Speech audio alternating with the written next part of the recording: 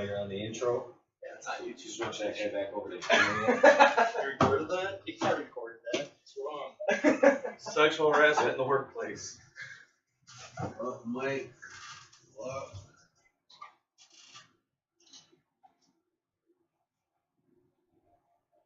Uh-oh. Mike's crying as soon as you hit that. Oh, all right. Check. Check. Alright, good. We should be number 7. So he's on 6.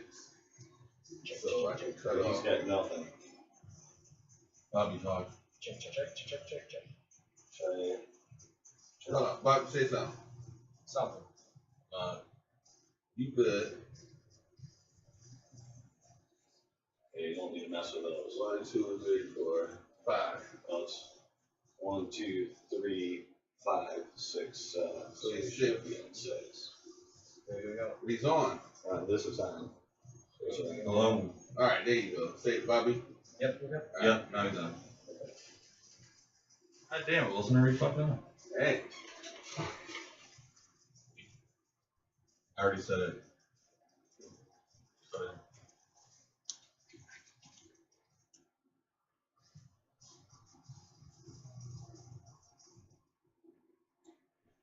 What's up, fight fans and shitheads? Andrew Lincoln Assassin Watson. It's your boy Wilson on the boards. And Bobby, Bobby what? none of your fucking business. All right. Nice. Bobby, none of your fucking business. Nachos. Business. What's up, everybody? We're back finally. We had a week off, a hiatus. We needed it to refresh our brains. We had too much crammed in our little minds for. You short-termed it though. You know, it wasn't a planned super break. It wasn't. We were supposed to take a break this week, but I had a work emergency come up. And I kind of explained it to Bobby today. I crashed a car at work and had to fix it on a Sunday. So And how did you do that? I started working. I got laid off from my boating company for a couple weeks. They only, from It's winter. yeah, well, no, from Thanksgiving until New Year's. The first week in January, we go back to work. You know what I mean? Okay. But for that holiday break, they give you, a layoff, just so you can spend basically a month and a half with your family, because the hours and the days that you work usually throughout the rest of the year is very, strenuous. So we're sitting there, and I get laid off, and I'm not the type of guy to sit there and collect unemployment or anything like that. I have to work for my money. Right. Plus, unemployment's not enough for me. So I go and get another job. One of my buddies, he's a salesman for a car dealership, and me and him were talking a couple months back, and he told me, if you ever need any work, let me know.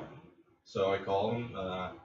What I do now is cars that are being sold or going up to auction, they bring them in. I look them over. I fix all the mechanical shit on it, repaint the cars, get the dents out and shit like that, and then they go for auction.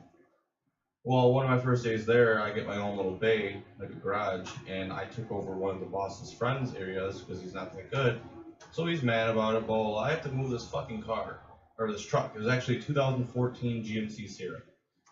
When I'm moving this truck, and I'm looking back, and I can't really see, it's my blind spot. I'm like, hey, am I good? And I look at this guy, and he's like, yeah, you're good, dog. I go one more fucking inch. Bam! Smack the fucking back fender off this pole. So, they were like, yeah, this is coming out of your check, Of course. and you have to fix it. So that happened on a Friday. Sunday, they're like, it has to go out for auction by Monday, so it has to be fixed by Sunday. So there was no way of me getting out of that. That's why I was like, it was an emergency work situation. Took the hiatus then, but now we're back, and it's great. I mean, there wasn't really anything to talk about last week anyways. Not a lot happened in the world of MMA. Sure. Not just with, like UFC and Bellator, but nothing. The only event I think we really had last week, which actually was a little bit worth talking about, was Conrad Loke's SoFi Combat League. That happened last week, and I mean, there was a couple fights on there Yeah, that. but here's the thing. I'm not driving 4 hours to go. No. I'm sorry. No. I don't mean to be an asshole, but that's a long ass drive. I drive 34 miles. Yeah. My parents' place, and that's like a half hour past that. Yeah, they're out I in East couldn't sit- Jordan, I couldn't- which is like listen, 3.5 hour. I already ride, like- threw a giant fit when I drove out with this asshole to Lansing. Imagine me Hold in on, that car ride. And that car ride right there is about the equivalent of how long it would take to get out towards his shows, because it was about a 3.5 hour ride that took us to get out to an hour and a half supposedly drive, you know? Yeah. And East Jordan, if the weather permits, it's a good, you know, good day, not a lot of traffic, it's easily a 3.5 hour ride, so I mean. Yeah, we already know what happened. I know that Conrad has thrown 1 or 2 shows down here back quite a few years ago, especially when he was really connected with the Jack and Can fighters and stuff like that. It would be nice to see him maybe try to throw one more event down here. I hope that he's one of the guys that has enough backing to make it past this regulation. But, you know, other than that, nothing really happened last week. Not at all. Other than your guys' life, so what happened in the 2 weeks that about 2 weeks since we've been here? How's your guys' life been?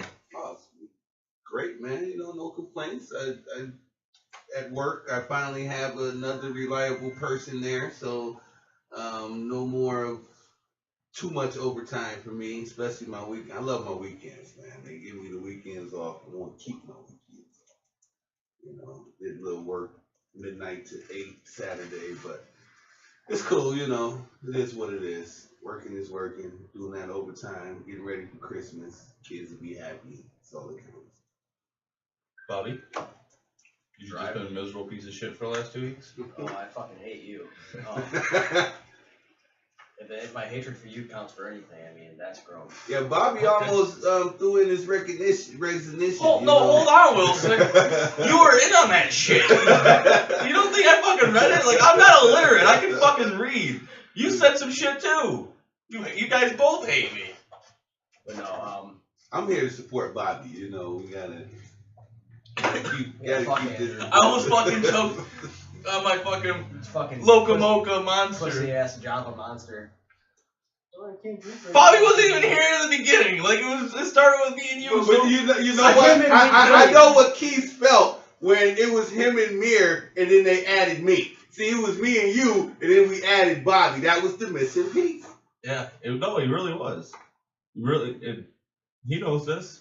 But no, I started driving for work, so I get to drive all the way down here to Beach Station for work and all that shit. You started driving like you're delivering parts now? Yeah.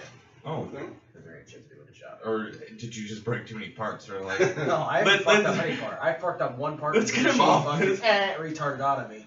let's get him off the machines because he's fucking shit up is what they No, said. there's people who fuck up a lot more parts than I do. I've only fucked up one part and I've been there 6 months, so I'm pretty good. But no, I just started driving because the one guy's retiring here at the end of the year. So they need a backup driver. They're getting you on the roads and everything. You like driving better or in the plane? Depends. If it's slow, I would rather be out on the road. Yeah, I like driving. Period. I've been If in delivery for a couple of companies. You know what? If the shop is bumping, I'd rather be in the shop learning how to do. I now figured out. CNC because I mean, let's face it, they make more money in the shop. I work at a truck stop. I talked to my boss. They're about to teach me to drive the switchers, so I'll be able to grab the tractor trailers and run them to the yard and everything like that. So for the last 2 weeks, right? I've been my inboxes have been quite blank, especially from a certain somebody that I'm usually getting blown up by all week long with the most profane fucking memes ever. And I now figured out why I haven't gotten it. You sat here and I was saying it even earlier when you picked me up. Like, I haven't gotten any fucking horrible shit from you. It's not because you didn't feel like doing it. It's because you haven't had time. Usually, I've had time. I get off at 2:30, buddy. Usually I got you're on all the floor. fucking day. Usually you're on the floor doing nothing. So you just fuck me all day long. And now you're driving and you can't drive and text. I know how you are about Guess driving what? and texting. Oh, I fucking drive and text all the time. But guess what? I've been on the passenger seat, buddy. I just haven't given a fuck. Okay. I just don't think you have the time. How? When I'm in the passenger You're seat? mentally tired. I think you're trolled yourself. I I think you trolled so much No, that He's trolled out. that you ended up mentally trolling Oh, yourself. it's Super Saiyan times fucking 7 trolling for you now. You just woke up a beast again, sir. All right. Should have Super kept your Saiyan. fucking mouth closed. Sound like my little egg, yeah. He's crazy. But yeah, my 2 weeks, I started a new job, crashed the truck, fixed it, been working, getting the holidays ready. Nothing really too big's happened, man. What you getting your girl? Huh? What you getting your girl? She's listening. You Who? can't say. Tay? She listens? Yeah. Oh shit, I'm sorry, I didn't know. You know what he's getting there? The 1-2 piece. Chicken nuggets. No, I don't know yet, man. Burger King. Lila's finally in that stage where she is telling me, like, you know, kids go to that stage where they want everything. Yeah. Like, for the longest time, Every commercial. Lila, you know what I mean? Lila would just, like, she likes certain toys, you know what I mean? She likes her certain things, and that's mainly over the years what I've gotten her.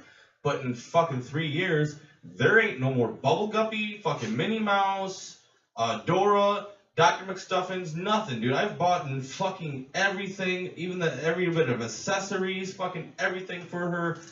And I like it that she's growing up because she no longer likes the little kid shows. Now she's watching the Monster Inc. movie. She's watching all the, you know, older kid stuff. And now she's looking at shit as a commercial. Like, Daddy, I want that. Daddy, we're looking through the catalogs, you know, the Toys R Us Christmas catalogs and shit. She's pointing out exactly what she wants. And one of the things that I'm personally going to enjoy myself is we got the new cotton candy maker that just came out. There's a commercial for it and shit. She really wanted it, so Okay. I'm going to enjoy the shit out of that and all that. But Tay, I don't know. I mean, I might, as I said, I'm not going to Right. disclose a lot for her, but Okay. she'll get something. I mean, whether it's a knuckle sandwich or not, I mean, it's something. Okay. No, I'm just kidding, people. I do not condone domestic disputes or violence. It's not who I am. I'm not a woman beater. But this week on Cage in the Cave, we are going to be breaking down the UFC this week, and that's a lot because usually it's just one event, you know, a weekend or a month sometimes. You know, that's how it used to be. It used to be once a month, once every couple months. Now we got over 40 fucking something events every year. So that's gonna be, you know, exciting. But this week we had 3 events in 1 week. Actually, within 3 consecutive days.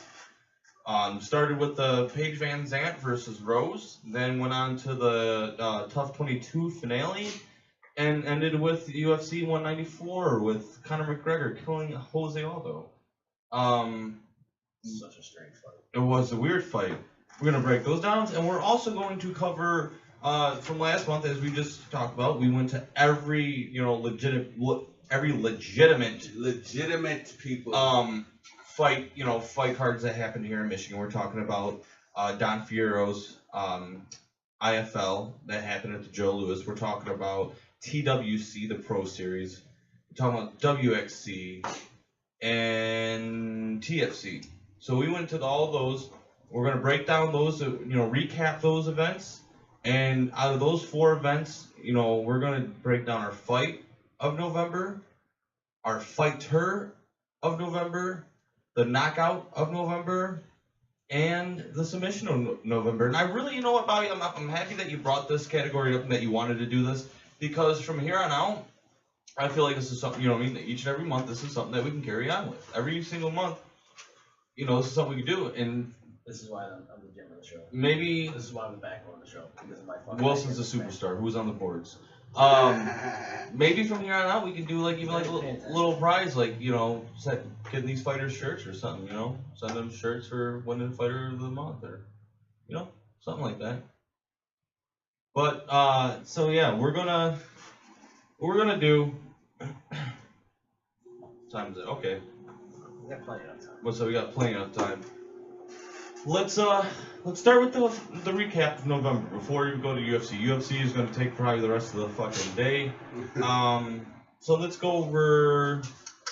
What should we start with? Knockout of November. Yeah, start with knockout. All right, so let's go to knockout of November from Michigan MMA. Bobby, who do you have for knockout of November? Tell me, Tanner. Knocking out Ryan Bubble. Heavy set dude. Yeah, heavyweights. Alright. The super heavyweights.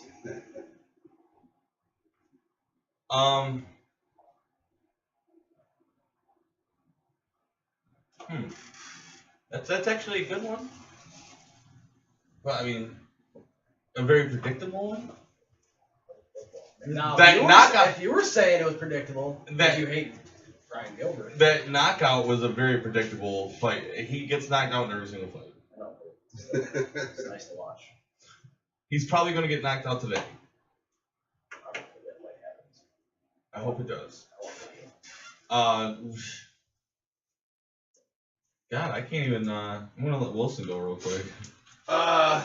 It was I ain't write the names all the way out. The Anthony versus Shane. Shane had the ponytail and he caught that knee and he like just passed out on his feet. Okay, that's TFC. I like that. That was like third fight in. That was Chris was Chalk's good. boy. He caught that knee. He just did it like this. It was out on his Stop. feet. That was beautiful.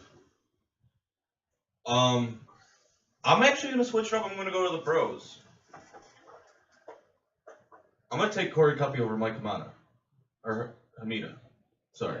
Hamida. Get his fucking name right. Hamida. Clean that shit up. I didn't see that fight going that way, man. I didn't. Them knees to stop the fight were brilliant, and it's just a fight that really stuck with me over the month. I'm still trying to, figure out if that last knee was illegal or not. But whether it was or wasn't, that one was probably one of the better knockouts that you've seen probably all month. Now we're gonna go to submissions of the month. I am going to go right off rip with Deepwater. Brandon McLaughlin locking in that submission to take out Ruben Barrett. Good one. Mine is Jose Johnson and Trevor Morris. The Oh, monster. Just because That Trevor is- Morris took such a beating the first 3 rounds that is. and was able you're to right. lock in that triangle in the 4th round. After Jose Johnson, for some dumbass reason, decided he was going to take Trevor down after he had beaten up the piss out of him on the stand-up. Oh, that's okay. That's That's the to do with the WXC. Afro. What's it to do with the No, Afro? that you're thinking of motherfucker Jones. Floyd Jones has a little bit of afro. No. Well, Jose I'm wrong, but Johnson's they, a long, skinny kid. yeah, he was whooping ass the Yeah, whole fight. yeah. Was supposed to win and got caught up. Okay, I'm with you on that. That's the submission. I'm with you Yeah, on that. Damn it, that is a submission. How did Robert Goodrin and It was a rear naked choke. Rear Naked Choke? 2nd round. That's also probably one of the top ones, I think, too. I still think Trevor Morris was the top one. Just No, because- absolutely that is the top.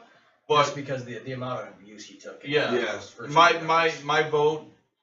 Sorry, Deepwater, I love you, man. You're a great, fucking fighter. But if there's any person that does deserve submission of the month from Michigan MMA, it is Trevor Monster Morris. There's no doubt about that, and he has everybody calling him out now because of that. And guys that I don't even think really have a chance, against him. I don't know if you know who Josh Guthrie is. Yeah, I know who Josh Guthrie is. One of the primates, great fighter. You know what I mean? But if Jose Johnson isn't gonna stop Trevor Monster Morris, I don't think you are, buddy. Guthrie's really aggressive, which might be able to do it for him. I don't think he'll make the same mistake, but in the same sense, we already seen Trevor can take a fucking beating. Right. I mean, there's a reason why he's called the monster. That is submission of the month right there. Trevor Monster Morris. That's unanimous. We're gonna go to fight of November. Mine is Dean Caldwell versus Josh Brucker. A 5-round war. Dean took Josh. I didn't think. Here's what I came into this fight. Dean showed a tremendous improvement since the Aaron Smith fight. A lot of improvement.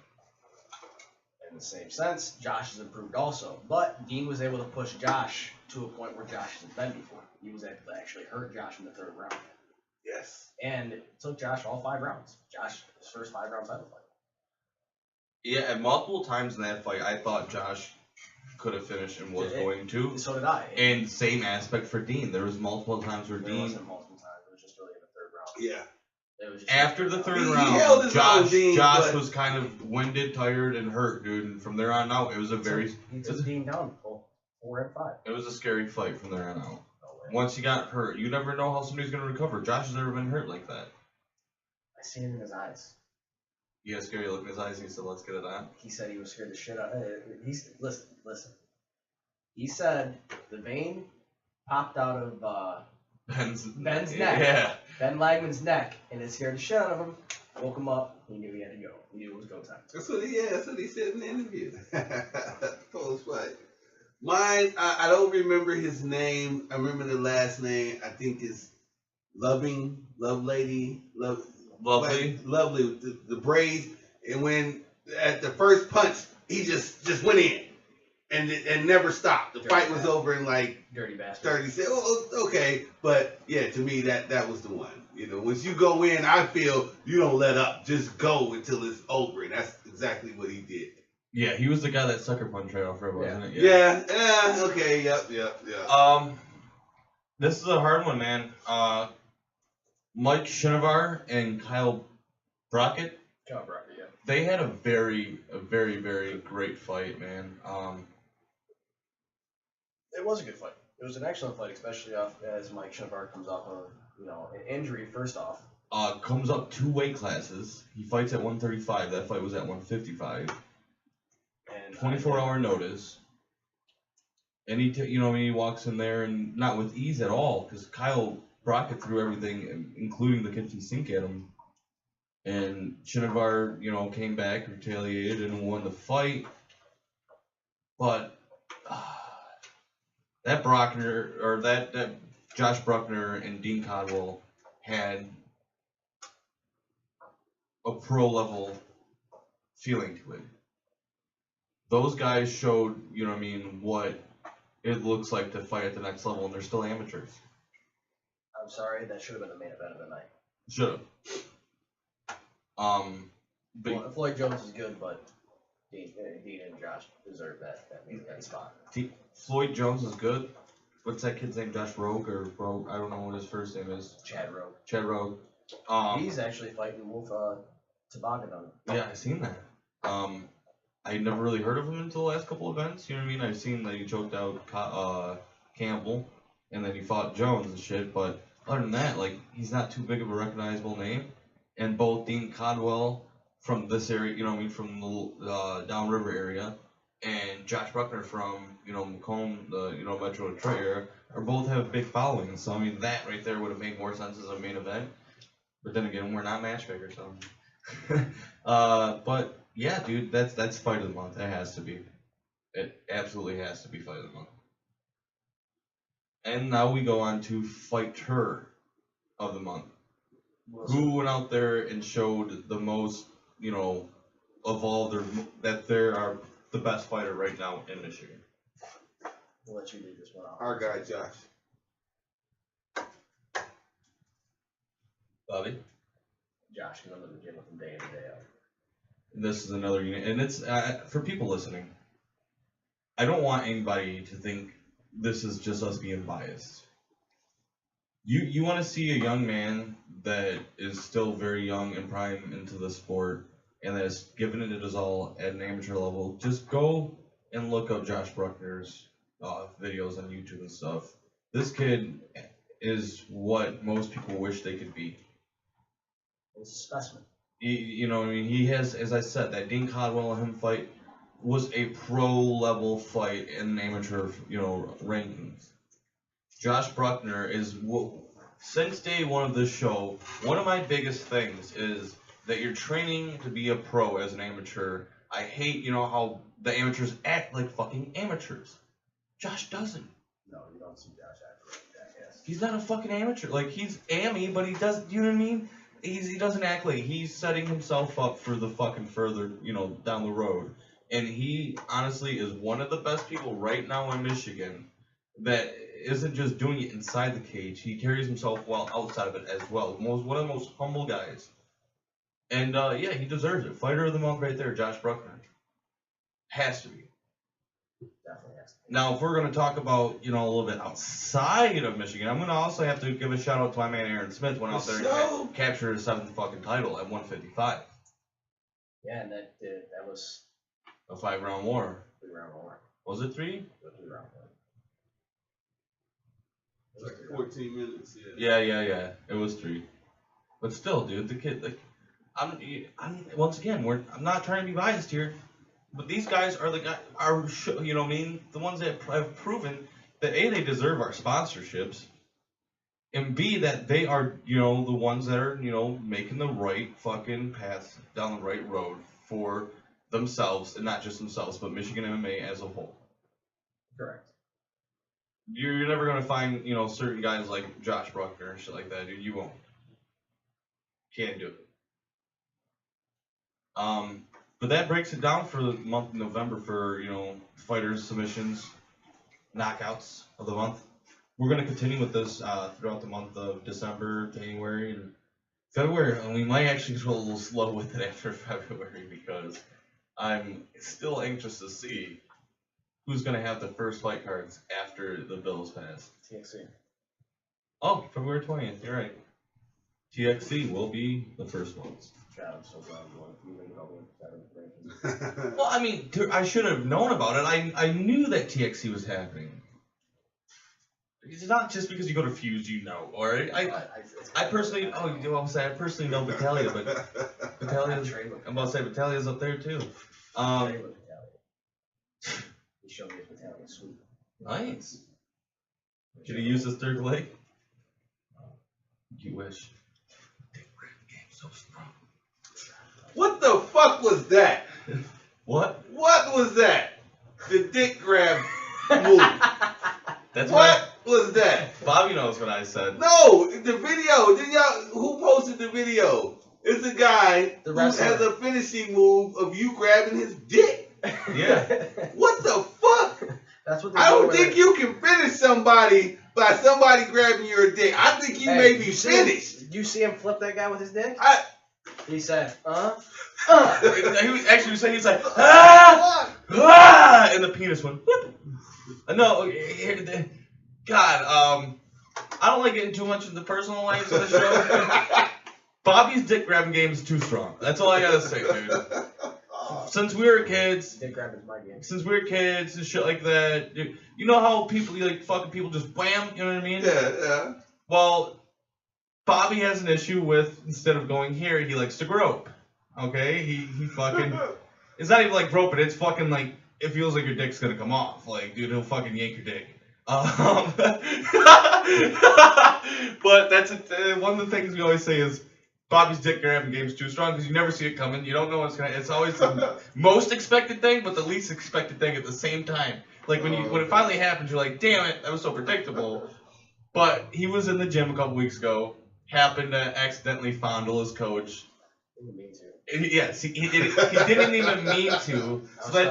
So that's why I said dick grabbing game too strong, because after that he was like, dude, you know when your dick grabbing game's too strong, well, you don't even mean to grab somebody's dick, and you do. Okay. Yes, people. It's Now not. I sound like a fucking homo. I was just gonna say, it's not. If you are a guy, especially if you were in our group, you would understand that we're all. First of all, it's not even really friends. We're family. We're losers. We don't have any fucking friends. We're family, and all of us. I don't know. You know what it started as? It's weird. You know what it started as? Huh? Jay Goblin people. Yeah, gobble, gobble, gobble. You're right. It all started with the gobble, dude. Chris would get so mad. But yeah, dude, All started with the Goblin. people think it's a homosexual thing. It's not. If you're secure with your sexuality, yeah, dude, I'd probably say some of the most Racial. not racial. No. Dude, when I go to work, it's all gay all day. I'm gonna say I say some dude. When I work, it's all gay all day. Some of the shit that is said at that shop is so fucking. Especially people who don't know me, if they hear my sense of humor. Wilson's crying because he's like, I don't do homosexual. No, black people don't do the gay shit. That's a white thing. Like, yeah, I say a lot of fucking obscene shit. You know what I mean? Sanad on the roof is all gay all day. Yeah, Sanad's all gay all day, but that's him no matter I what. don't know. I'm talking about with them, all them guys on the roof, him, T, all those guys, all gay all day. Yeah, all when they you do is when talk about dicks. When you're close to your friends, you talk about shit and do certain shit that you normally wouldn't do in front of certain people. But behind closed doors, it's a different story. Oh boy. Yeah, it's Wilson's over here still trying to figure out like gay all day. I love it. I fucking love he it. said he's man. fucking honking. But no, yeah, it's all gay all day. It's just I don't know, it's fun that way. It's But you gotta know who you can. Yeah. Right. No, yeah, you can't just go around being all How do you know whose dick to grab? oh because I don't go around grabbing random ass dicks. Oh, that's a good question. Wilson does always have some good ass questions, man. You just go gotta for be- it. I gotta be like awfully close. You gotta kind of like just like start moving your hand towards them and see how they respond right away. You know, it's a feeling out process. Wilson's crying. Oh shit, But it's like me and Bobby legitimately have like fights, like sparring matches to see. Who grabs who dick? Yeah, who get the who's dick quick. It gets kind of fucking aggressive sometimes. Fucking, I remember that day at your house, we're sitting there like going all out, and everybody's sitting there trying to watch football. They're just like, you guys, fucking, we ended up from the front room to your room. You're like, just tell me you'll stop, and I was like, I'm done. Yeah, Oh, wow. dick grabbing game goes crazy sometimes. Cause we're not here to hurt each other. I mean, back in the day, you used to smack each other in the dick, and that shit sucked, dude. You drop each other. What's even funnier is when you grab the guy, because you're not gonna punch somebody if they got your dick in their hand, all right? You know what I mean? Like, you swat me in the balls, I'm probably gonna punch you now where it does. But you grab my dick and hold on to it, like I'm not doing shit. There ain't shit I can do about it. There's not shit you can do about it for a simple fact that like it's like fucking when the girl's like, I don't know if you guys have ever heard the joke when a girl somebody's forcing you to do something sexual to them, you know what I mean? They tell a girl to like, bite the dick, because you're not going to punch somebody in the face with their dick in your mouth. True that. You know what I mean? Like, no matter if she's biting it or not. Which is a false story, because I've actually had my dick bit during a fight, and I fucking... What? Yeah, I hit that bitch. Whoa. Yeah. Back That's to... a story. Now, is it Alright. an on-air story or an off-air story? No, we can go on here with it. Quite a few years ago, man, when I was in my partying days, we were all at this party and shit, dude, and my one buddy's girlfriend was just drunk and going off the wall and being all sorts of crazy. She kept trying to fucking like physically assault me and shit just because she was drunk. She had no reason to. Like, I had done nothing to piss her off. She was just that drunk, broad that fucking wanted to fucking just like be, a bitch. So it got to the point where I'm trying to leave and shit, and me and one of my so-called buddies ended up now, about to get in a fight. Well, we end up getting in a fight. We're fighting. We go to the ground. He's on top of me. Like, I'm on my back, and he's on top of me trying to, like, get him out and, like, punch me, and I'm trying to, like, hold him down. Well, he finally gets, like, off me to go, like, start punching me. And I don't know how the fuck this happened. But I just reached up as I'm on my back and swatted him in the face one good time, and he went out. And as I'm now getting his body off of me, I'm pushing him off, I feel a sharp fucking pain in or around my dick area. And I look down, and his fucking girlfriend is now on her knees biting my shit. Oh, wow. I was like, dude, I remember it so fucking big. I'm like, get off my fucking... I'm just screaming for help. Like, I don't want to assault this female, you know what I mean? Like, I don't want to touch you. True that. I'm still like, dude, I'm on my fucking back. Laying on the ground, and she's chomping away at this shit like it's fucking Kobayashi. I take my fucking foot, I pull her head back, and I fucking... kind of boot her in her face, push kick to the face to get her off my shit. And that was the end of it. But I never even heard of that. I didn't even see left- that in the movie. left the party and everything, get home, check myself, I'm bleeding. Oh, shit. She got like part of the scrotum along with chaperone. Yeah. Okay. I've never had it happen again. It never happened before or after that shit. I would be nervous anytime I got hit after that. Dude, I swear to God, it's just randomly. Like, I'll wake up in the middle of the night just like making sure, dude, that ain't nobody around me. Oh, man, it was scary. Yes, I'm sorry, people, that I had to go into detail. I was young. I think I was like 18 at this time. And no, as I said, I do not condone assaulting females. I do not condone domestic violence. I am not. Oh, you was in defense mode. I'm not a violent person. I'm really not. Like, yeah, are we all, do we love the fighting and, my former fighter myself? Absolutely. But I love the competition in it.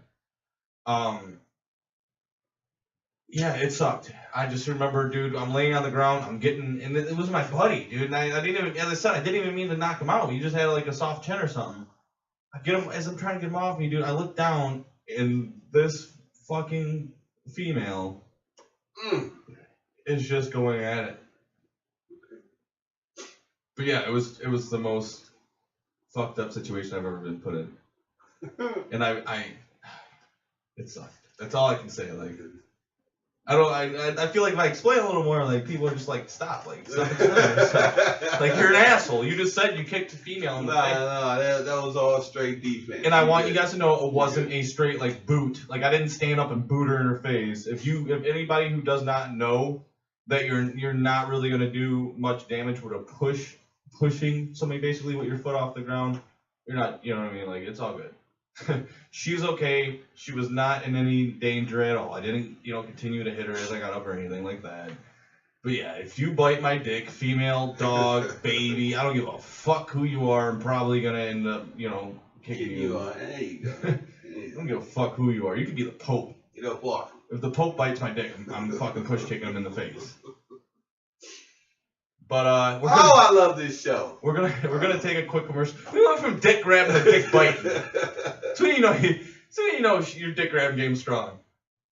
We're gonna take a quick. Bobby's been in complete silence. Like, God damn it! Now the world. I'm not even putting this video up on YouTube. There's nobody hearing my dick grabbing stories. I don't give a fuck. You think I fucking care? You should. You've been very quiet. He's like, God damn it. I'm letting you tell your story.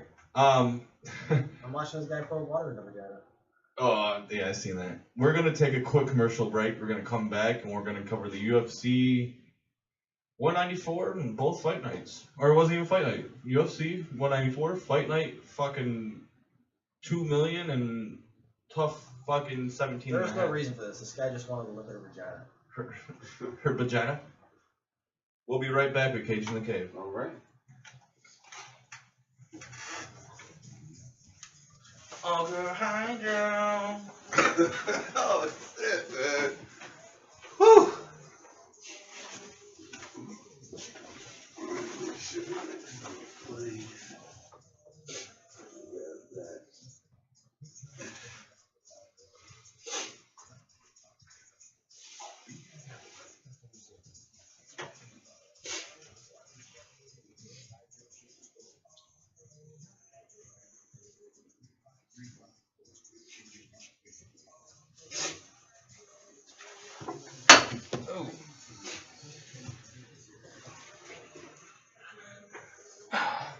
What's going on, YouTubers?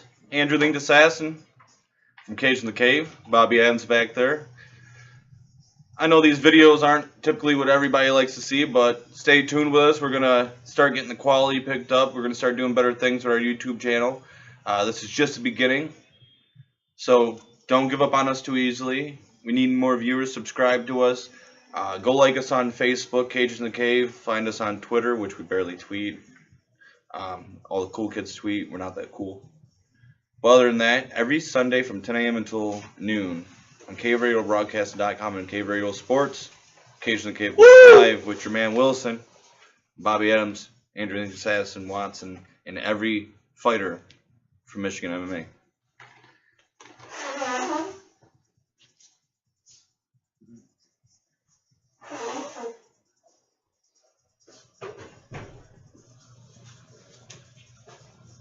Now, see, this is what I'm talking about. I didn't like this.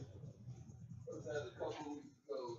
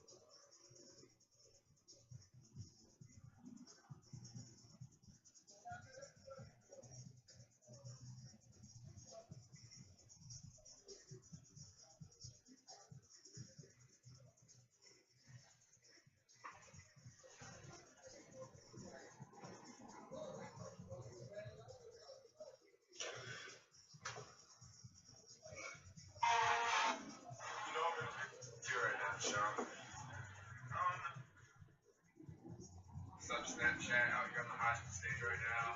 Boy, Deshaun Watson. Check it out. Here we are, ladies and gentlemen. This is what it's all about tonight. We got three young men.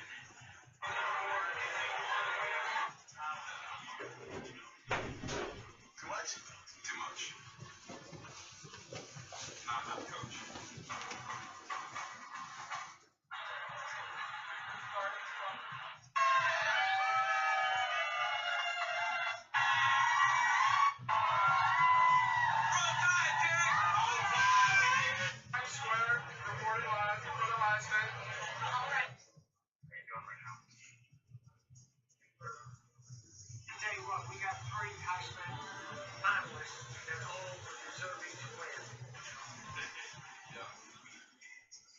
Thought we said +1.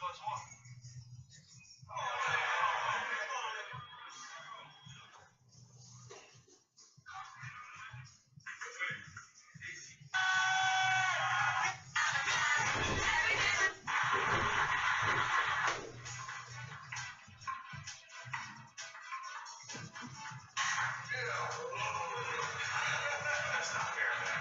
What's not fair?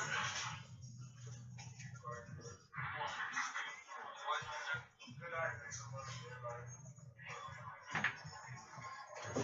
All right.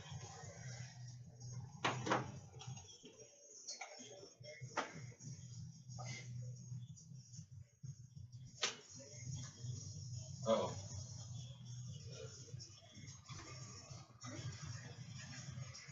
Uh-oh. Wilson's mixed up a bunch of shit. Yeah, sure did. Sorry about that, y'all. I fucked up. Still hear the music. I know, and the screen had went out. Uh-oh. So, yeah, we are in trouble. Uh-oh. Damn it, Rich, you shouldn't have went home. Yeah, the one goddamn day. Okay. How we we're gonna do this here. It's on manual. It should stop.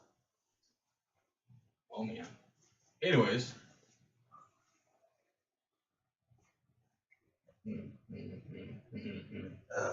Alright, I'm not gonna let this ruin our show. Alright. Welcome back. It's Case Today. We got some fucking audio rolling behind us. Who cares? But let's get to these UFC fights. So the first fights that we had, I didn't even really watch. Did you watch them? Yeah. We had the UFC Fight Pass Paige Van Zandt versus Rose. Well, how do you pronounce Rose's? Nas. I'll slaughter it. It's Thug Rose. Just go with that. Thug Rose. Looking like the goddamn lady from Mad Max Road, Fury Road, one of the two, whatever. How'd that fight card kick off by? I only watched the main card. Okay. Actually, I watched the 10 minutes fight too. But we'll just go with the main card. Thiago Santos versus Elias Thurgawa. I forgot how I want to pronounce his last name. This is what's holding us back in the world. Exactly. I should have fucking taped Joe saying it. But Elias came out. He was able to take Santos off his game. You know, he threw a lot of kicks and wasn't able to let Santos work his footwork, work his kicks in the first round. Scored a takedown late in the round. Second round, Wilson. Nope. Rich, somebody just came in and saved the day. They doing some auto shit over here. Thank you, you saved my ass, but I did figure out I just cut the volume down over here, but thank you. But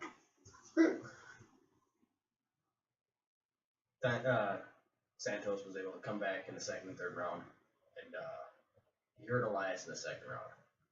He was able to take a unanimous decision. The next fight was Sage Northcutt and Cody Pasper. Cody came out in the first round, scored an early takedown on Sage. Sage was able to get back up, and instead of going into a striking like I figured he would, he shot at Cody. He took Cody down, and ended up the first round with some ground and pound. Cody came out again in the second round, shot for a takedown, and Sage was able to lock in a guillotine choke. This kid right here, man. Everybody saying, you know, I went on some forums and it was like, Sage was exposed and all this stuff. It's, dude, he got taken down until the next fight. He's gonna get fucking taken down. Everybody gets taken down. Everybody. I don't care how fucking good you are. You get taken down. Shit fucking happens. But, Sage showed again why the hype is behind him. And you know what? I hope the UFC continues to groom him like they're doing right now, just giving him little bit more difficult fights, one by one. Don't throw him to the wolves right away, and just let this kid grow. Because you got a star behind you with this kid. Do it like boxing, man. Boxing gives these guys fucking so many fights, and so many bullshit fights. I mean, I don't want to be completely like boxing where they pad their record, but I mean, you got to groom this kid. He's only 19 years old.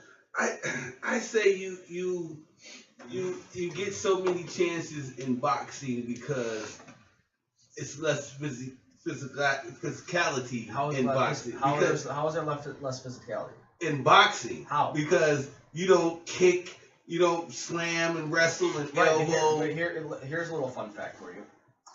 There's usually like 3 to 4 deaths from a boxer per year. There really isn't. Besides this week when we had a kid die from cutting weight for the ONE FC, we really don't have a lot of deaths in MMA from a sanctioned show. I don't even think there's been one. There's been some from unsanctioned shows, but there hasn't been one from sanctioned shows.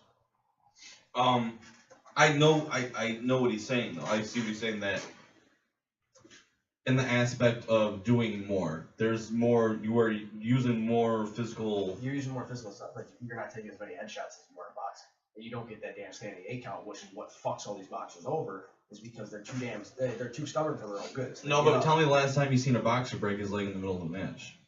Tell me You can last come time. back. You can come back from a fucking leg break more than you get your fucking brain mashed in. Dude, I've seen plenty of people come back from death, alright? Oh yeah. Yes. They're called zombies. Nice. It happens.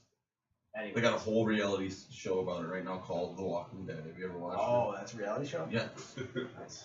I didn't know that. Yeah. I didn't know that's what happened with Georgia. It is. When's the last time you haven't been to Georgia lately, bro? No. Went there last week. The zombie about bit my fucking leg. Nice. Didn't even see it coming. Even though they fucking make weird noises the whole time. But next fight was Michael Chiesa and Jim Miller. I figured Jim Miller would. There was a lot of. This was a high level jiu-jitsu fight. I expected it to be. Just Usually like when you get guys like this that are high level jiu-jitsu fighters, usually the stand-up takes control of the fight. just like with Mike Chiesa and Lozon. Did you see that fight at all? No. Chiesa came off one of the Ultimate Fighters, dude, with a very strong background, in jiu-jitsu. I think he won all his fights leading up to when he came to the UFC, even his first couple in the UFC by guillotine. And him and Lozon, man, they started having a stand-up battle towards the beginning of the fight, but towards the end, it was mainly, a grappling match. And this is what I expected, especially with Jim Miller. Yeah, I mean, there was lots of scrambles. Chiesa looked really good, but he ended up catching Jim Miller with a rear naked choke. So I mean, Chiesa's really, really making a name for himself here. He's showing everybody, that he's not somebody to be slept on. He's one of my favorite guys, man. He was on The Ultimate Fighter, and I remember he had to leave. He got a call while he was there. His dad passed away. Yep. What Ultimate Fighter was it? Ultimate Fighter Live with Darren. It was Cruikshank. live, wasn't it? Yep. Yeah, it was. He left, came back, dude, and won every fucking fight by submission. And it continued into the UFC, and he lost to Masvidal and Lozon, man. But other than that, he's looked brilliant out there. Every fight, he looks like he can, he can take out the top guys, and that's what's great is he's starting to do it, and he's somebody that I really, hope can. Do I see him being a champion one day? I wish. Possibly. I really do wish that he can get the the streak and the following behind him and the hype. But I do he is going to be at least a journeyman for a long time to come. He's going to be that guy that determines if you're the upper echelon of the group or not. And then for the main event, we had Paige Van Zandt versus Doug Rhodes. Paige has got a lot of heart. I'll give that to her. Because Rose, from the opening bell, just picked her apart. With strikes, with takedowns, with the submission game, there wasn't a single aspect that Paige was good at other than I'm going to be a punching bag for 5 rounds.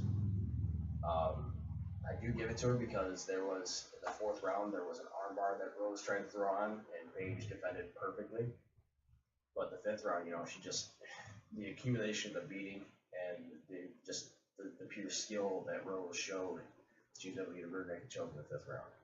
Rose is a very dominant fighter. And when she went up against Carla, and the way she just got dominated by Carla, people were underestimating her. I think it kind of took a lot of shine off her. But she's still, she's still a fucking phenomenal fighter, and great fighter. Paige, on the other hand, was being groomed the right way. And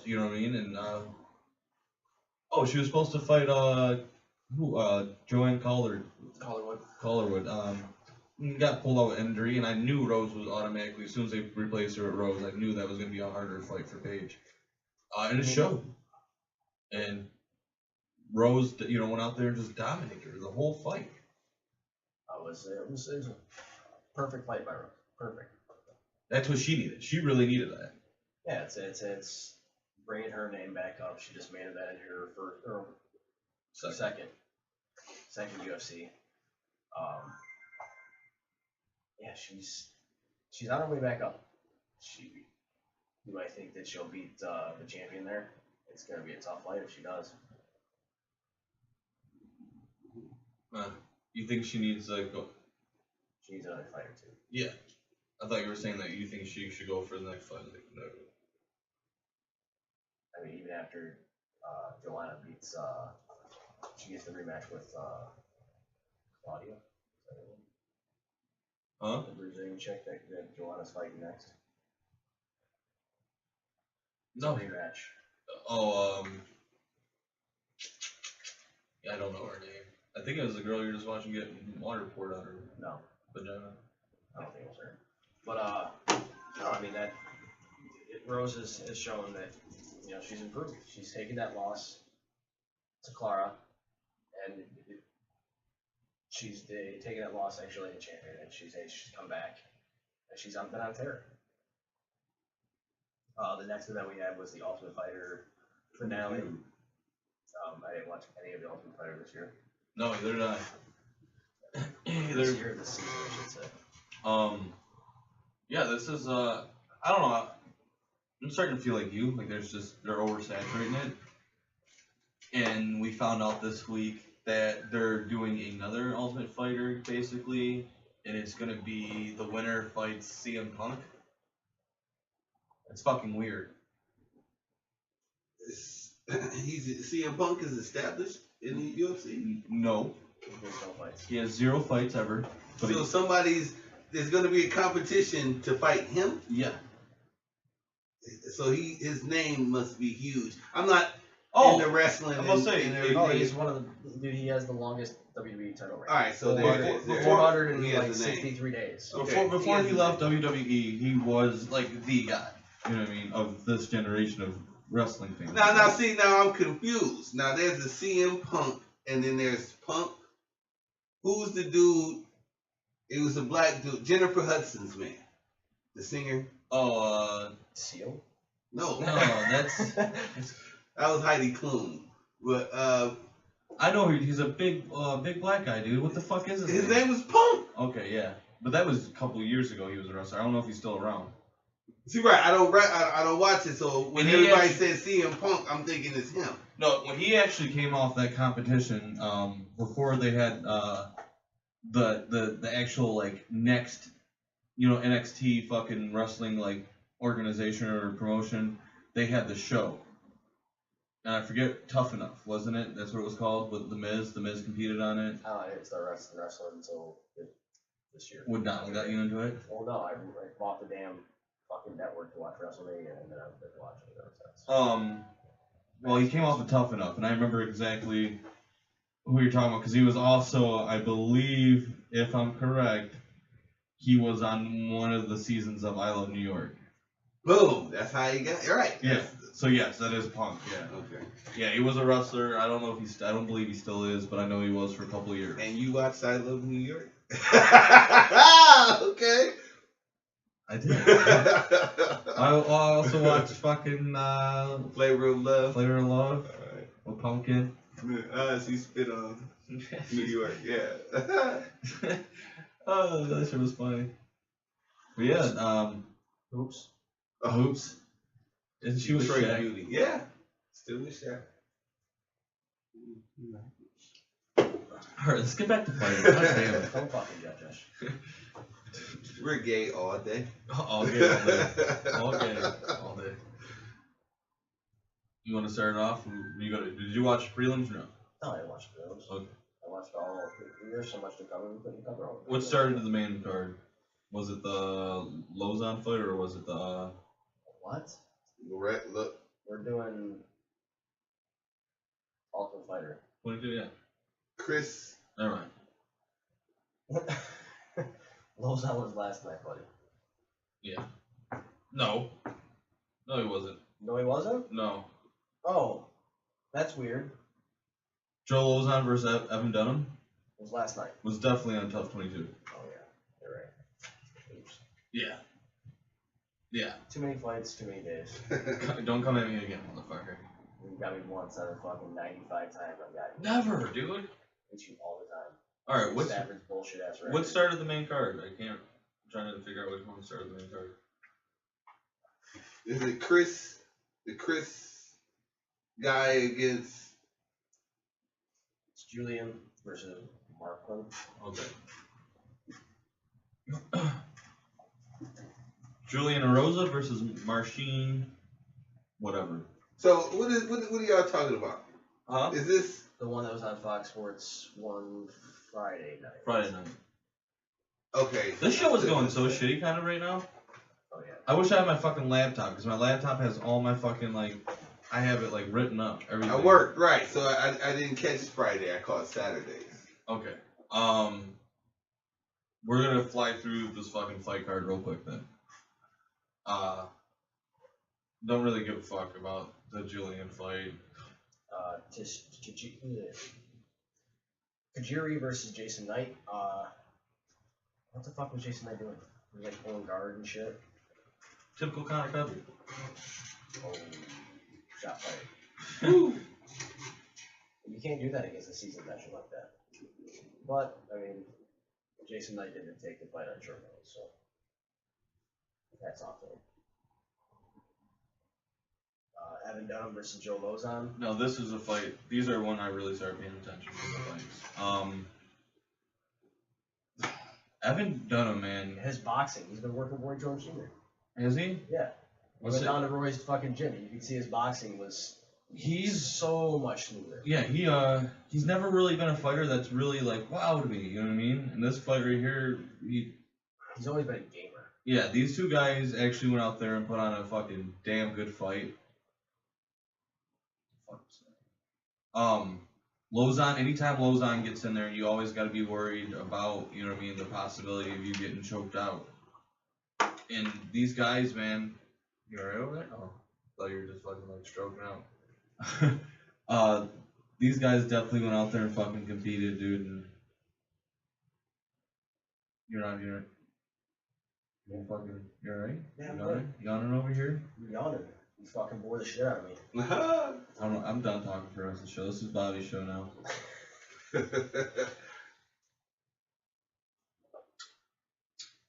I'm over here mesmerized, Dirty Dick over here just playing with the boards. So. Anyways, Evan Dunham was able to, work his stand-up game against Joe to a unanimous decision. The next fight we had was Tony Ferguson from Michigan, by the way. Well, not really from Michigan, they moved to Michigan. Versus Edson Barbosa. Dude. I thought you were shutting the fuck up for the rest of Yeah, and then you brought up this fight. The Lozon fight to me, it kind of towards later in the fight, as you said, Dunham, dude, he just worked his game, especially his boxing. And that fight to me wasn't, wasn't like it was a decent fight. Joe seems slow to the punches. Yeah. And he couldn't implement his plan at all. Like, he fought fucking Dunham's fight the whole time. He couldn't get his game going. And it costed him, and the fight that fucking mesmerized me off of this card is Tony Ferguson, Edson Barbosa. These guys, anytime either one of these guys fight, Edson has some of the most beautiful highlight reel knockouts, especially over like Terry Edmonds, shit like that. And Tony Ferguson, man, since coming out years ago from The Ultimate Fighter, has steadily built himself up. For a little while there, he couldn't get, consecutive, wins. He was alternating wins and losses. Now he's on a 7-fight win. I'm gonna say now he's on a fucking tear, dude, and he's been beating Top guys. Excuse me. I just burped into the motherfucking microphone. But yeah, he needs to be at least thought about now for a contender shot, man. I'm sick of seeing certain guys win a couple fights, 1 or 2 fights, and getting shots at titles again after just Still more losing. popular though. I don't give a fuck. Money fights, but here's the I thing. don't, dude. Tony's now building up his name recognition, and people want to watch him fight because he's fucking excited. Tony Ferguson's one of the most exciting lightweights. And the way he ducked under Edson's spinning kick, nobody ever sees it coming, and they just get fucking clipped by it. Tony went right under him. Didn't he use it after he went under? Did he get a takedown? Yeah, you got to take off. But Yeah.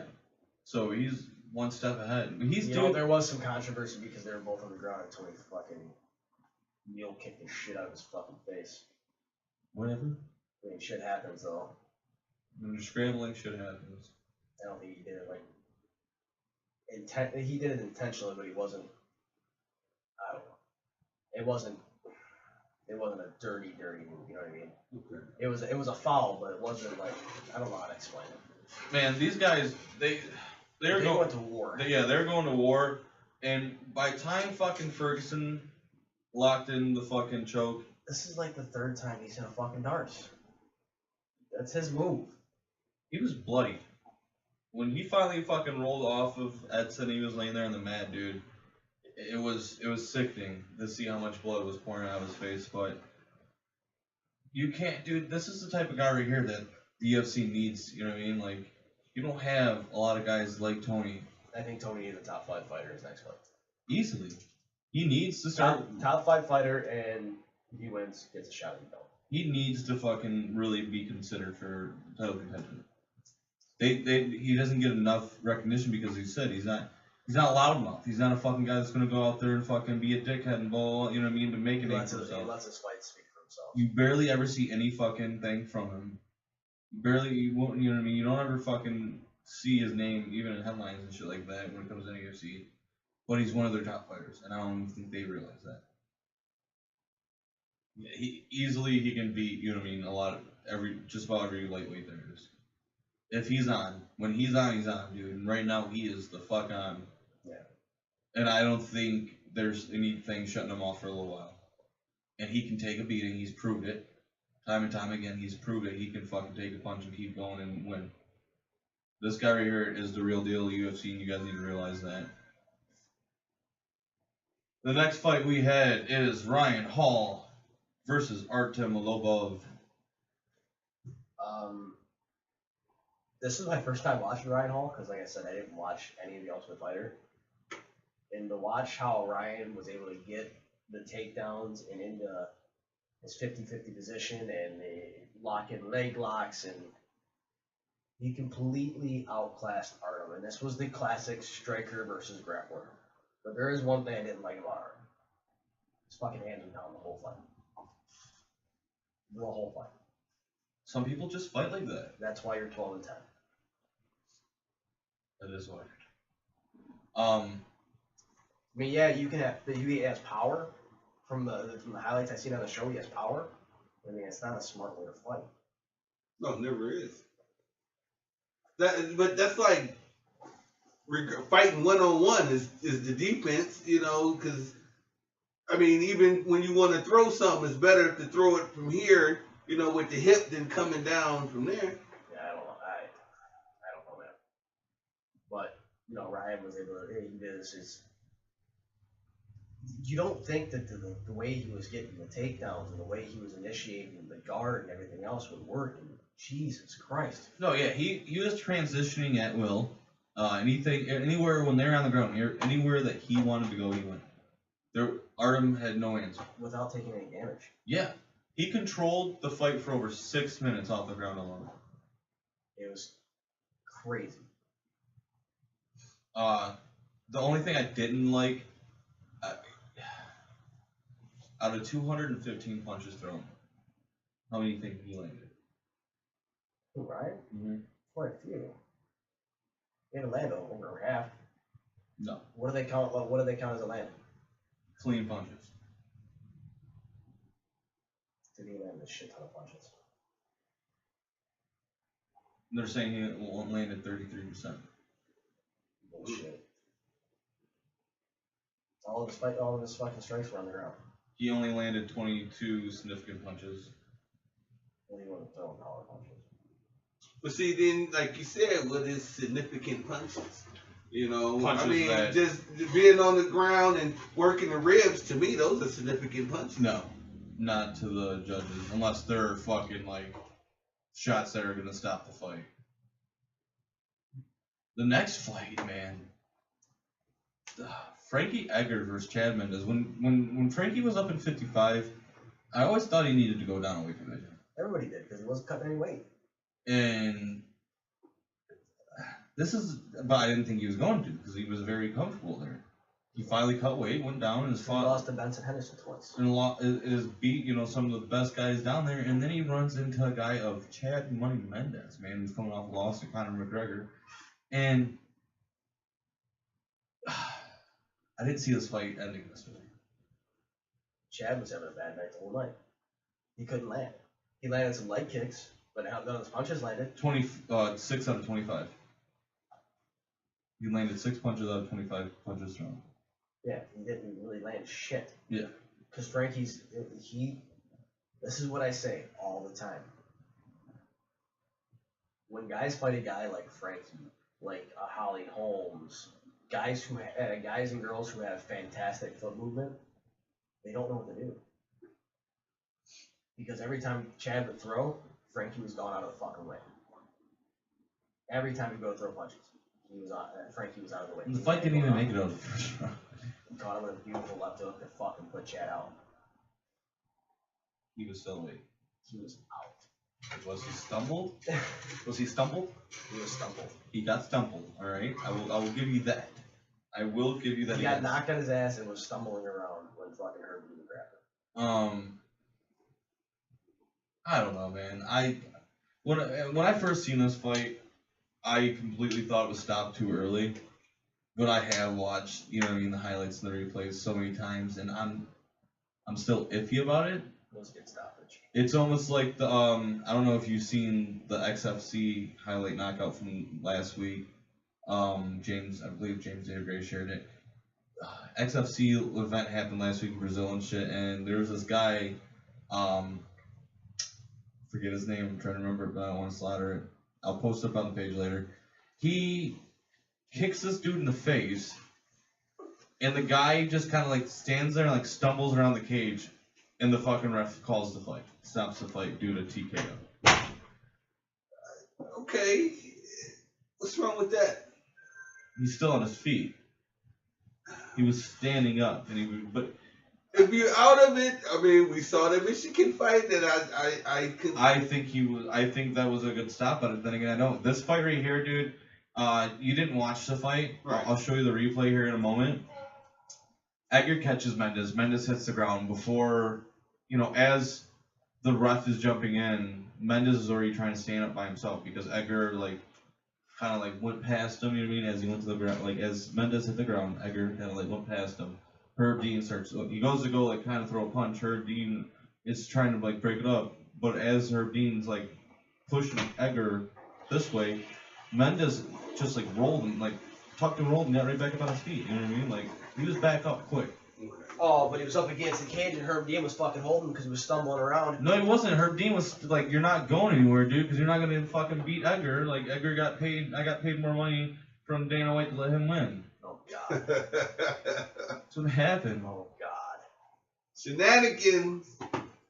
I don't know, dude. I just really don't think that fight was stopped right. I think they should have let. Now, if Edgar jumped on top of him, landed a couple more hammer fists, He did. absolutely, I would agree with that. Stop He did. it. He woke him back up with fucking hammer fist. No, he did not. He was already awake.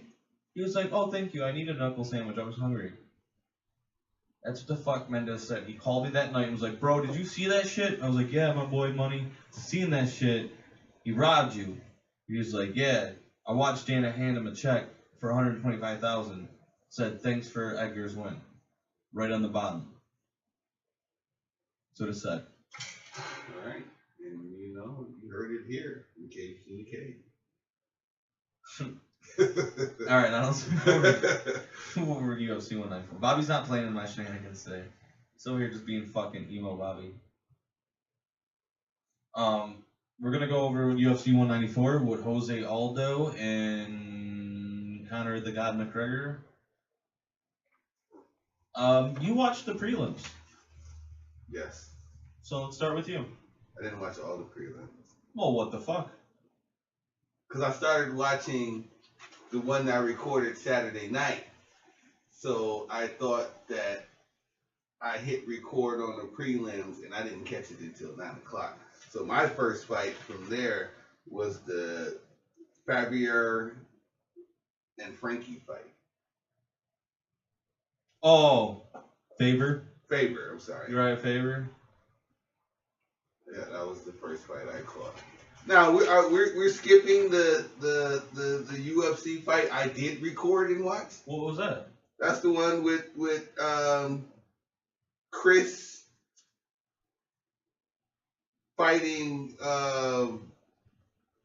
Laveras and Joby Sanchez Oh, and, you're talking- and Herrera. He's talking about the prelims for 12/22. That's the only thing you caught was the prelims for 12/22? Yeah, and then well, I didn't watch it online. Y'all didn't say it was online.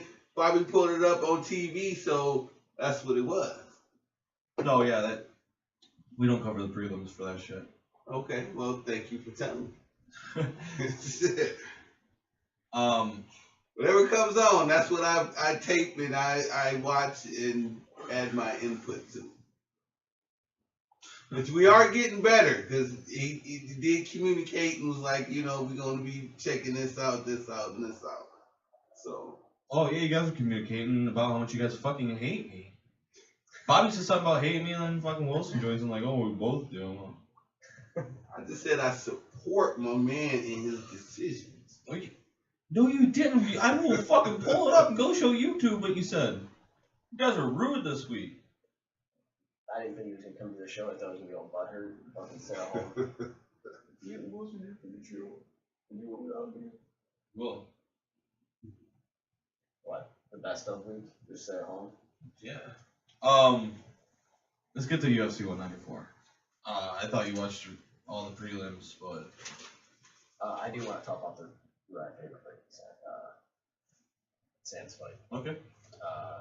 Did you watch that fight? No. Uriah looked slow.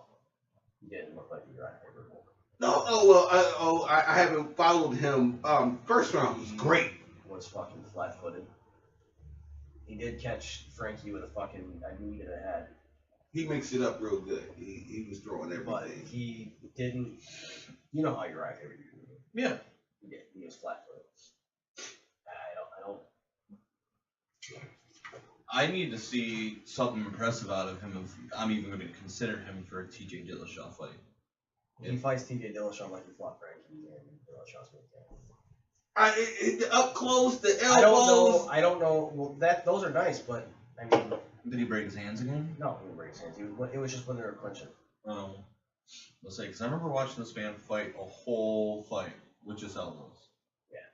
But yeah. No, I mean, it's just, I don't know if it was preparing because there was him, Paige, and Chad all fighting 3 different nights. Yeah. So I don't know if all that took its toll on him. Preparing 3 different people for those fights, and all so close together. And then watching both of them lose consecutively night to night. You watch Paige get choked out. Chad get knocked out. And then Chad get knocked out. And then you got to go in there and worry about, because I don't know if people realize that or not, but when you're fighting, especially like on the same fight card with your teammate or within the same 24 hours as your team, and you see something happen to them, like getting knocked out or getting beat and shit like that, that's in the back of your mind. That's somebody close to you that, you seem lost. So now that's in the back of your mind, like you're going to have to try to do whatever it takes. Your game plan might change within that last 24 hours. Within the last 24 hours, you've seen your fucking teammate, your best friend get knocked out. Now. So now you're going to think about that the whole time. Now your game plan might change a little bit to be a little bit smarter of a fighter so that doesn't happen to you. So that means you was coming in not fully prepared since you had to change the game? No, it's because you want to be more prepared. It's because now remnant. Man, leading up to the fight, that shit never sinks in. Like, I could get knocked. Like, yeah, you think about it like I could get knocked out. And then you watch somebody who's just as good, if not better than you, get knocked out the night before. And you're like, damn, I don't want that to happen to me. Perfect example. Me and Bobby fought in the same night. Actually, his fight was like right before mine. 2 fights. And as soon as they touched gloves, that kid fucking, like threw a punch right off rip, kind of sucker punches. My fight, as soon as I came out, I touched the kid's glove, and I literally take a jump backwards, like a leap backwards, and as I do, my hand stays here until I start throwing punches, you know what I mean? because in the back of my mind, So what happened I to saw- the homie? Right. when I seen that shit happen to Bobby, I mentally knew that Bobby was a better fighter than me, and I literally walked out of where the cage was into the locker room, where the guy, the changing rooms, and I looked at my coach. I was like, dude, I don't even know if I want to fight right now. He's like, shut the fuck up. I was like, I don't think I want to fight. He's just like, shut up, oh, well, you're gonna fight anyways, and I end up fighting shit, but that's the things that happen. It mentally gets to you. If it was just some guys I went there to go watch fight, it wouldn't phase me as much, But it's because it's somebody that's very close to you, it takes more of a pull on you mentally. But yeah, we have the Frankie Edgar, or not Frankie, but Uriah Faber. Faber was worn out. I saw. He was gassed, and he's never gassed. He was He's done. never gassed. Never. I'm telling you, it had to do with him preparing Paige and Chad for their fights also while he's fighting the very next day. I'm guaranteeing that's what it is. But if he fights TJ Dillashaw or Dominic Cruz like that, he's gonna get picked apart and destroyed. They move way too much. Their movement is way too much. They never stay still. I would like to see another Dominic Cruz versus Faber fight because we never got it. That last one, we never got it. But You guys are good. I'm trying to turn that down. That's one fight I want to see. I don't want to see him versus Dillashaw. I don't. Everybody wants to see it because There's a story behind it. there's a storyline behind everything. But here's the thing: is Faber's on his way out, and Dillashaw has nowhere but up to go from here. You know what I mean? Like nobody's beating But him. who's at 135 from the fight? But I don't know. Let's have competition. There's nobody at 35 from the fight. There's Rafael Assunção, but he's coming off of a wrist injury, if I'm not mistaken. Do a tournament. Do a one-night man tournament. They're never going to do a tournament. They have been doing tournaments. No, not UFC. Not the UFC. Oh, UFC, Bellator, Bellator, and you're right, WSM you're both right, because you're they have right, to you're get right. people who are gonna. They have to get people to tune in. Right, you're right. They're the top notch UFC. UFC's not gonna do it. Right. Would it make sense? For a one-night tournament.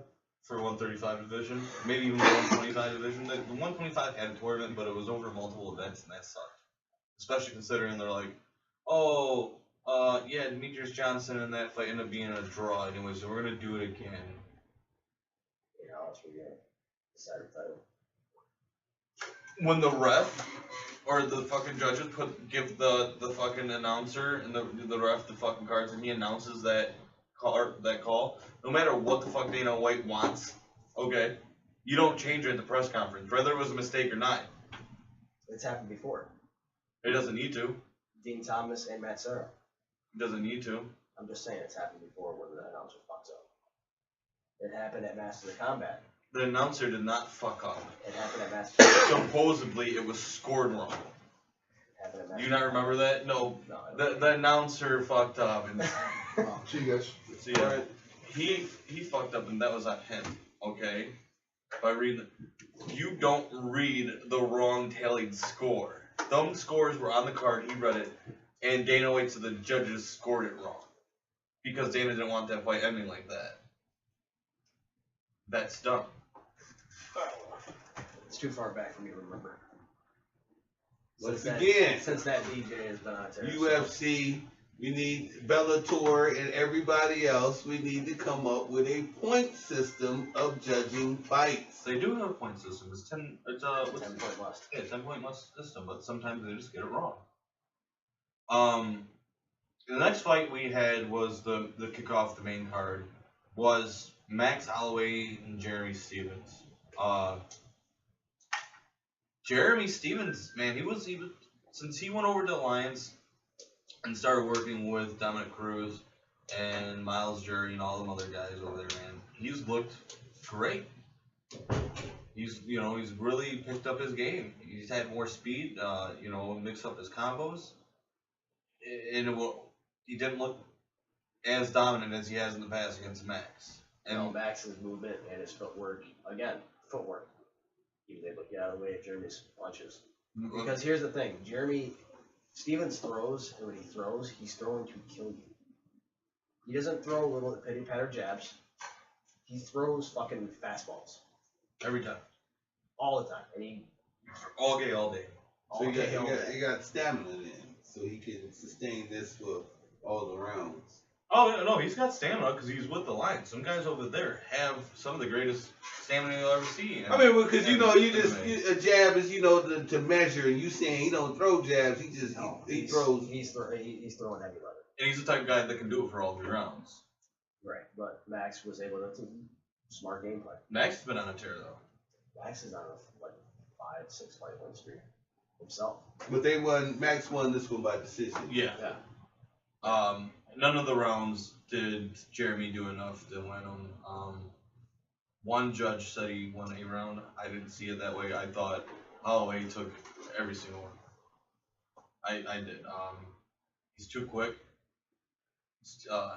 Just this is a kid right here that's building himself up in the featherweight division, and if he can't start, if he can beat some of the upper guys, give him a title contention. If not, he's a guy I can see going down to 135.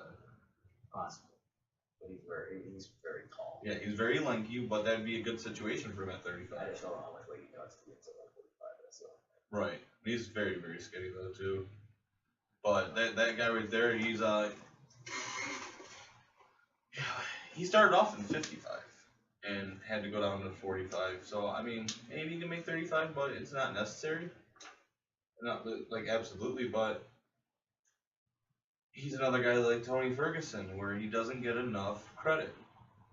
He needs more credit. I think the last guy he lost to was Conor. Yeah, McGregor. Oh, out of the 95 things that you can prove, that was another thing that I said. That is like, I remember talking about Max last time he fought. But it wasn't the Max of now. Max has grown so much since that Right, fight. but who did Max just beat? Cub, right? Didn't Max Holloway just beat Cub Swanson? Or yeah, he beat Cub Swanson, and then he beat whose esophagus did he tear? Tore somebody's esophagus. And we were talking about that fight, and I said something about Beat Charles Oliveira. Yeah. Cub Swanson, Cole Miller. And I said something about him losing to McGregor. You're like, you didn't fight McGregor. I never fucking said that. Yes, you did. No, I didn't. Because that's the same fight that Conor blew his fucking knee out. Fucking liar. I would never fucking say anything stupid You like never that. fucking say fuck. Then we had Damian Maia versus Gunnar Nelson. Told Everybody I know was saying, oh, Gunnar's just gonna walk through Damian. Damian is not the most dominant fighter, like all around, but he knows how to win fights. Well, here's the thing. Back when Damian was working with Vanderlei Silva, he went away from his ground game. He tried to stand up with everybody and box everybody, and it was stupid. When you're as good as he is, He had like one knockout. I don't remember. All I know is that I was getting so pissed at him because he wasn't fighting the way I remember Damian Maia fighting. He was losing a lot of fights that way too, though. Yes, trying to prove that hey, I'm good. I can stand up and fight people. That's how Brazilians are, though, dude. They're crazy. They don't give a fuck what their original game plan was. If they want to change up on a moment's notice and do whatever the fuck they want, they're gonna do whatever the fuck they want. But Damian Maia for years, I'm trying to think of when I first started seeing him in the UFC and stuff like that. Like as soon as he came on the scene, he was a very dominant, grappler. And then, as you said, he tried to make the transition into stand-up. It didn't work out too well for him. And then he went back down to his ground game, and he's... Well, I mean, it's been since he went down to... since his loss to Chris Weidman, he went down to 170. Beat Don Young Kim in his first fight. Beat Rick Story by neck crank. John Fitch. Yeah. And then he lost to Jake Shields and Roy McDonald. There's no shaking. There's no shaking your head at those two losses. No. The two top guys. Gets a decision win against Ryan Lefebvre. Submits Neil Magny. And now gets another decision win against Gunnar. He worked his game plan. Took him down, and it wasn't even really takedowns. There was times when Gunnar would get like a weird top position, and Damian would just roll and. He's too. I mean, here's the thing. He's too good at one thing. If he could actually get his stand up to work well the way he wanted to, this would be a guy. You know what I mean? Like, yeah, he made a title shot against Anderson Silva, which I didn't think he deserved. But I just don't see him. He's another guy where great fighter, dominant fighter, can beat guys within the top 10, but he's never going to be a champion. He's getting too old. His chances closing. His window's closing too quick. All these wins are nice and everything, but he's got to put together a dominant performance or two before he even. He's a fighter who can beat Robbie. Oh yeah, he can grind out Robbie. He's a fighter who can beat Robbie, and I'm a huge Robbie fan, but Robbie has had trouble against high level against Jake Shields, Jacare, these type of guys, and Damian's on those type of guys level. So he could just not gonna say easily because Robbie has evolved, but you gotta get him to the ground first. He could possibly do it, and Damian is shown that he's got different ways of getting the fight to the ground. Yeah, that's what I like is that when he realized that his stand-up wasn't going to be what he wanted it to be, I feel as if he has learned more takedowns. You know, as you were saying, he has more than one way of getting the fight to the ground now. He does. He could dude. It doesn't matter. You know, whether it's traditional wrestling, and shit like that. Or judo, you know, and shit like that. The guy can get the fight to the ground, and that's what I like about him. Yeah, regardless of color or whatnot. Yeah. Next fight was a contender fight between Yoel Romero and Ronaldo Jacare Sousa. God's warrior of God or God's warrior, Yoel Romero last time. Soldier of God. Soldier of shit pants. And then USA has a gay Jesus. Romero, I was watching the post fight on that. Should have been deducted a point for fence grabbing. Fuck yeah. Dude, he was grabbed. Not. Dude, there was so much fence grabbing last night. So much fence grabbing. When Yoel Romero they got that takedown, and it was because he was about to be taken down and he grabbed the fence and then get in top position. I think the ref should have put him back with them against the cage. And then started it back. Not giving them both stand up and right in the center of the cage. But with the fight ending in split decision, and if you did deduct that point, it would have been a draw. Well, didn't Romero win? He won by decision. He won by split decision. But if they would have actually deducted that point, it would have been a draw. Okay. So now that's clearly on the judges for dropping the ball on that. Oh, it's on the ref for not deducting that point. The ref is the only person that can tell the judges. Oh, okay. Okay, I thought the judges had the power to. No, the ref has to tell it. Yeah, you're right. It would have ended in a draw, which would have been fine because I didn't see. First round, y'all beat the piss out of Jacare. I thought he was going to knock him out. So did I. I mean, he was stumbling back to his corner at the end of the first. Second round, not much happened besides that fucking bullshit takedown. That was a crock of shit. Cheap motherfucker. Did the same thing as Tim Kennedy, you dirty bitch. You also knocked Tim Kennedy the fuck out. Yeah, but he got that extra fucking breather because his fucking corner poured all the water out of the mat and they had to go back in, which gave him a little more time to recover. This is the second time he's done some dirty shit. Technically, if you're talking about dirty shit, there was a Derek Brunson fight where he literally shit himself. Right. But, third round, Jacare got the takedown and he controlled about 2 minutes into the last. And, Yoel Romero was fucking gassed. Yeah, he's a guy that starts strong and he fades fast because he's so. If he can't finish the fight within the first round or round and a half, it's exactly like that. He can either barely grind out a decision win. Actually, the Derek Brunson fight he won at the very end of the third round, but Derek was whooping his ass for a majority of that fight and got too gassed. He, you're all fucking hit him and loosen him up. He's always gonna have the power. He's always gonna have it. He just gassed it. I don't think he can do a five round fight. He can't, and he doesn't. If he ever He's gets way that, when too he gets big. that shot, Rockhold's gonna expose him. he's gonna. If he hits Rockhold He's gotta hit Rockhold. the way he's hitting Leota, the way he's hitting Tim, the way he's hitting Brunson, the way he do, if he can connect He's gotta connect though. with Luke, Luke's going to sleep, He's gotta connect. and he's got to do it in the first round because he has to Luke do it in the first round. moves too quick and too often. Except for last night. Luke did pretty good. Did you watch the fight?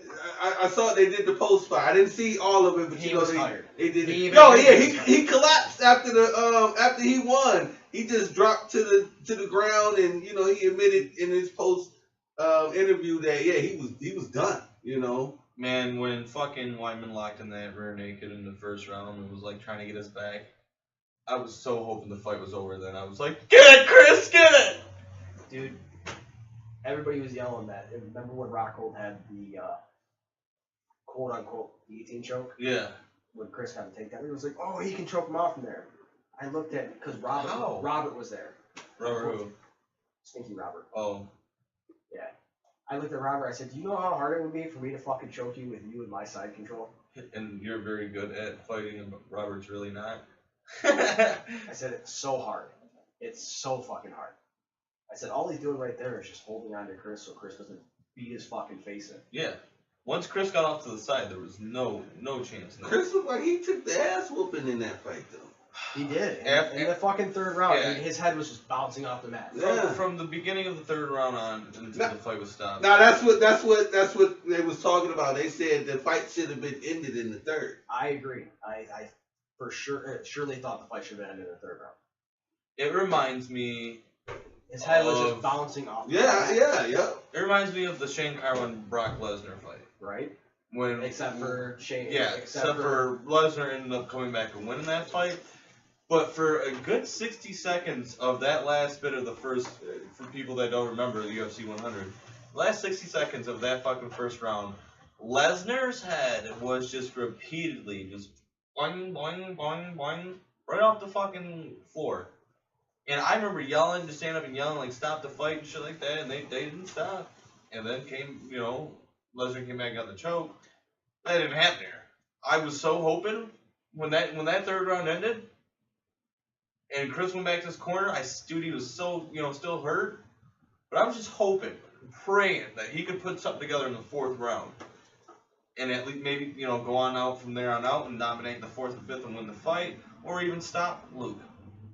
It's not the case. No, Luke's too good. I told everybody at your brother's house when he was there, I said, don't sleep on Luke Rockhold.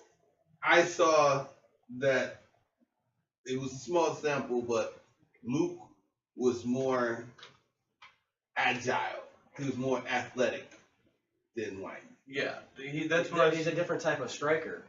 Luke is, an awesome striker. He Chris is a throws. power punching wrestler. He's your And then what people sleep on as Luke Rockhold, his jiu-jitsu game. Luke's jiu-jitsu game is fucking phenomenal, and his top game is awesome too because he trains with guys who are heavier, who are former world champions, and one is a current world I want champion. to say he trains at Cormier and Cain Cain. Velasquez, and at one point Josh Koscheck was there. Yeah. AKA is a fucking phenomenal gym. So he did what he needed to do. Like he said, he was kind of disappointed that he got gassed as fast as he did. But it is what it is. Toenails.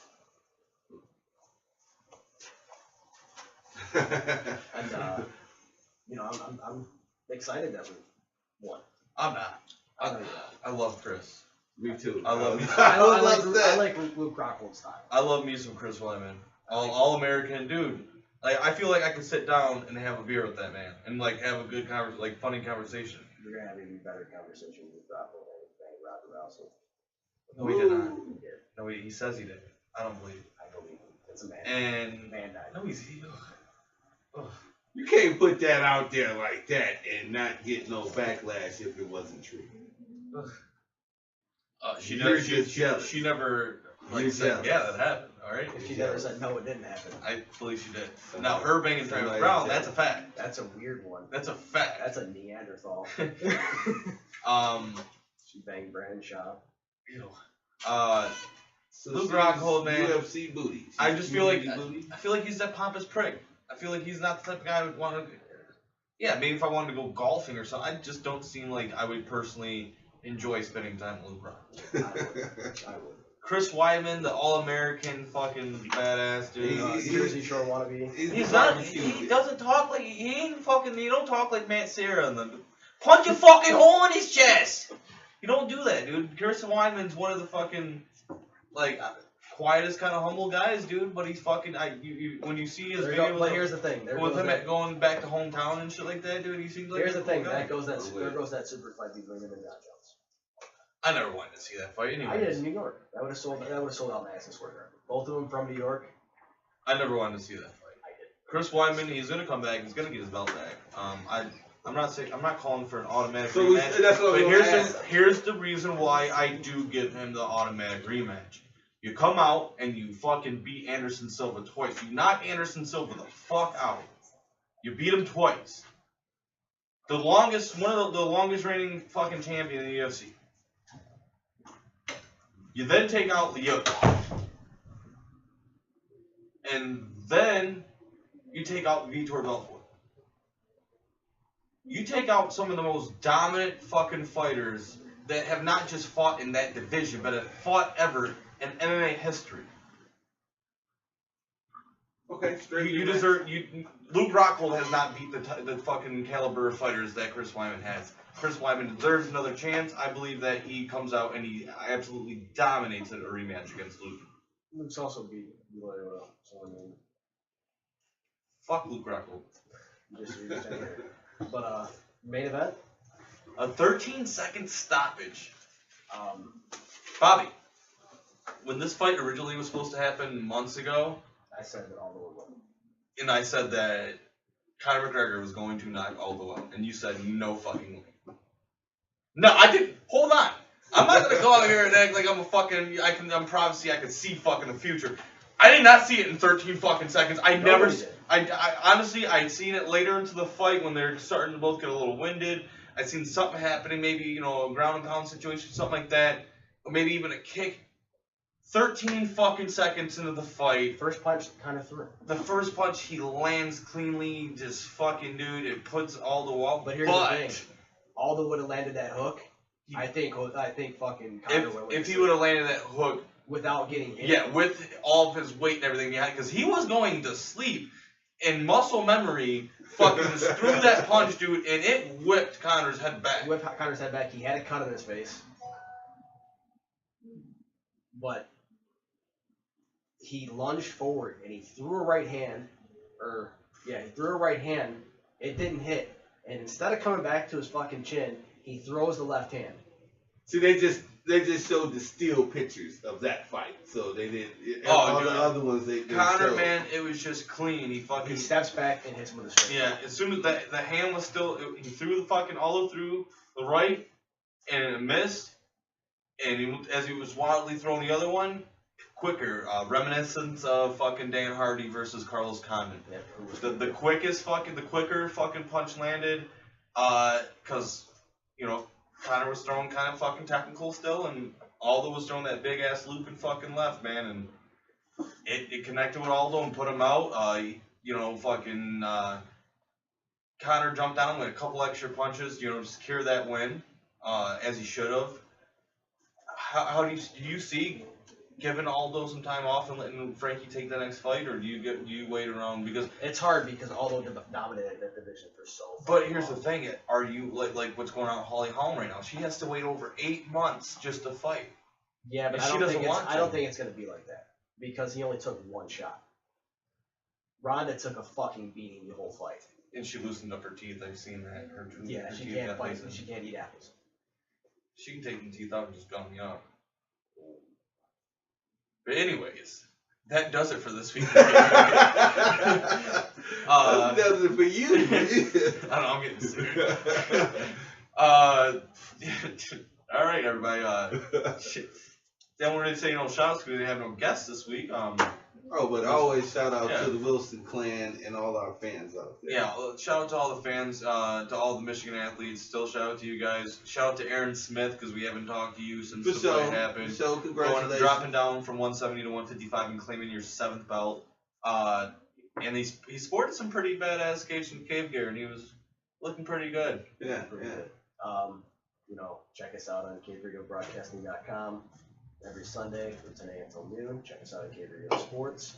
Also, go on YouTube, look up the Cage in the Cave YouTube channel. We're working the kinks out. The video's not the greatest quality yet, but after the new year, we will have some better equipment. And our videos, we're gonna, as we travel, the more we'll start shooting inside, behind the scenes shit. And maybe you guys next time will actually see how big of a fucking dickhead Bobby is when he has to drive on a road trip. Till next week. All right, people.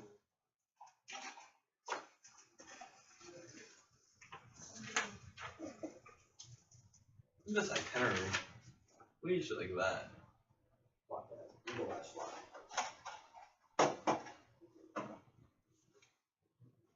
They got their shit broke down, dude.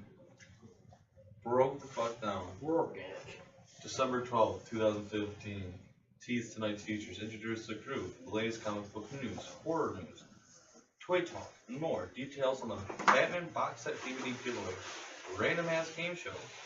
Alternative music that is nerdcore approved. Okay. Then first subject. Comics. Break. Come back. TV. Comics, sci-fi, horror movies. Take a break. These motherfuckers got 4 breaks? How long is their show? 2 hours? Fuck that. Every 15 minutes, it looks like.